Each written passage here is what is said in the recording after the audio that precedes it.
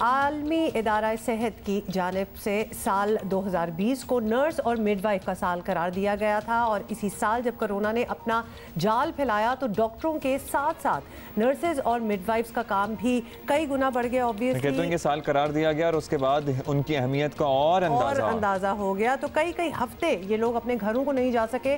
کتنی بار ہم نے آپ کو اس قسم کی سٹوریز، رپورٹس، ویژولز دکھائے ہیں، اور اسی لیے عالمی ادارہ صحت نے جب دنیا کی ٹاپ 100 نرسز اور مڈ وائفز کی فہرست بنائی تو 8 پاکستانی خواتین بھی اس میں شامل ہوئیں، اور یہ معمول سے زیادہ بڑا اعزاز ہے. This is huge. یہ غیر معمولی سرکلی اعزاز ہے، اور انہی میں سے ایک ڈاکٹر روزینہ کرم اعلانی ہمارے ساتھ موجود ہیں. شی از PhD in nursing, AKU nursing school سے وابستہ ہیں.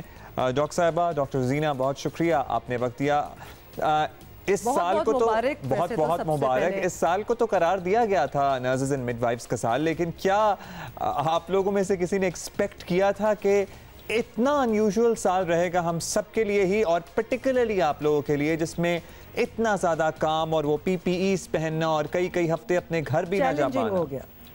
نہیں، ہم نے بالکل ایکسپیکٹ ظاہر نہیں کیا تھا. اور WHO نے جب 2020 کو عالمی سال قرار دیا نرسز اور مڈ وائفز کا، تو پرائم منسٹر ٹاسک فورس جن میں 4 نرسز ہماری شامل ہیں، اس میں بھی آغا خان یونیورسٹی کی المنائی ہیں، اور پریزیڈنٹ نے کنونشن کیا، اور ہم نے بہت سارے پلانز بنائے 2020 کے لیے. مگر ہم ان پلان سے ہٹ کے ہم نے بہت الگ قسم کا کام کیا. مگر آئی تھنک وہ بھی بہت ہی ضروری تھا اس پینڈیمک وقت میں، اس مشکل وقت میں. عوام کی آگاہی اور ان کے لیے جو کام ان پیشنٹ کا تھا، ہاسپٹل کا اور کمیونٹی لیول پہ جو ورک تھا، وہ بہت ہی امپورٹنٹ تھا. تو ہم نے اس کام کے ساتھ ساتھ اپنے 2020 کو سیلیبریٹ اس طرح سے کیا کہ ہر نرس نے اپنی لیڈرشپ دکھائی، اور ہر نرس ایک سٹار ہے. I would like to salute to every nurse and midwife.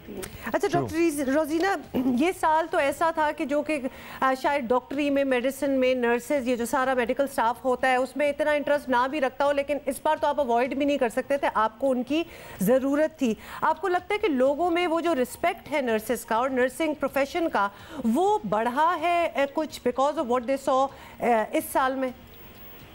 آپ کی بات بالکل صحیح ہے کہ جہاں پہ یہ بہت ہی چیلنجنگ ایئر تھا، ہم اسے ایئر آف اپارچونیٹی بھی کہہ رہے ہیں، بیکاز اتنی ویزیبلٹی ہمیں پاکستان میں اسپیشلی، دنیا بھر میں ڈفرینٹ ہیں ڈفرینٹ کنٹریز میں، بٹ پاکستان میں اور اسپیشلی میں نے جیسے ہم سندھ میں کام کر رہے ہیں، تو نرسز اور مڈ وائف کا رتبہ زبانی طور پہ تو تھا، مگر لوگ نرسنگ کے لیے اپنے گھر سے اپنی بیٹیوں کو نہیں بھیج رہے، جیسے کہ نہیں بھیج رہے تھے. لیکن اس سال کے اندر ہمارے پاس ہائیسٹ نمبر آف ایپلیکیشنز آئی ہیں.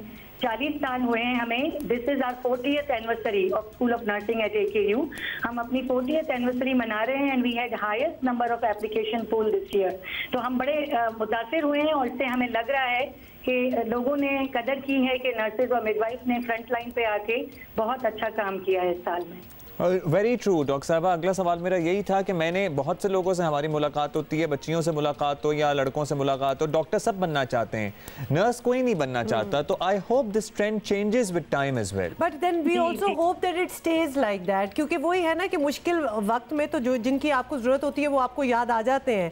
تو جیسے ہی حالات ٹھیک ہوتے ہیں تو پھر آپ ان کی امپورٹنس جو ہے وہ کم ہوتی جاتی ہے. اور پرٹیکولرلی مڈ وائفز کا کردار، اور ہم شہروں کی بات کر رہے ہیں، یہاں تو جو ہسپتال میں کیئر فراہم کرتی ہیں نرسز وغیرہ وہ کرتی ہیں، لیکن دور دراز علاقوں میں جہاں زچہ اور بچہ کی زندگی موت کا سوال ہوتا ہے، وہاں پہ ان کا کردار کتنا اہم ہو جاتا ہے. جیسے گلگت بلتستان، چترال دیکھیں، انٹیریئر سندھ، سدرن پنجاب کی طرف دیکھیں، تو مڈ وائف کیونکہ کووڈ اور نو کووڈ، اگر ہماری ایمرجنسی نہیں ہے تو ہم ہاسپٹل نہیں جا رہے تھے کووڈ کے ٹائم پہ. لیکن بچہ تو نہیں رکتا ہے، the child has to come in the world. تو اس لیے مڈ وائف کا جو کردار تھا زچہ بچہ کا، جو آپ نے کہا میٹرنل نیو بورن ہیلتھ، وہ بالکل نہیں رکی. اور شہروں میں اور گاؤں میں ہر طرف مڈ وائفس نے اپنا رول جو ہے وہ ہوم بیس بھی کیا،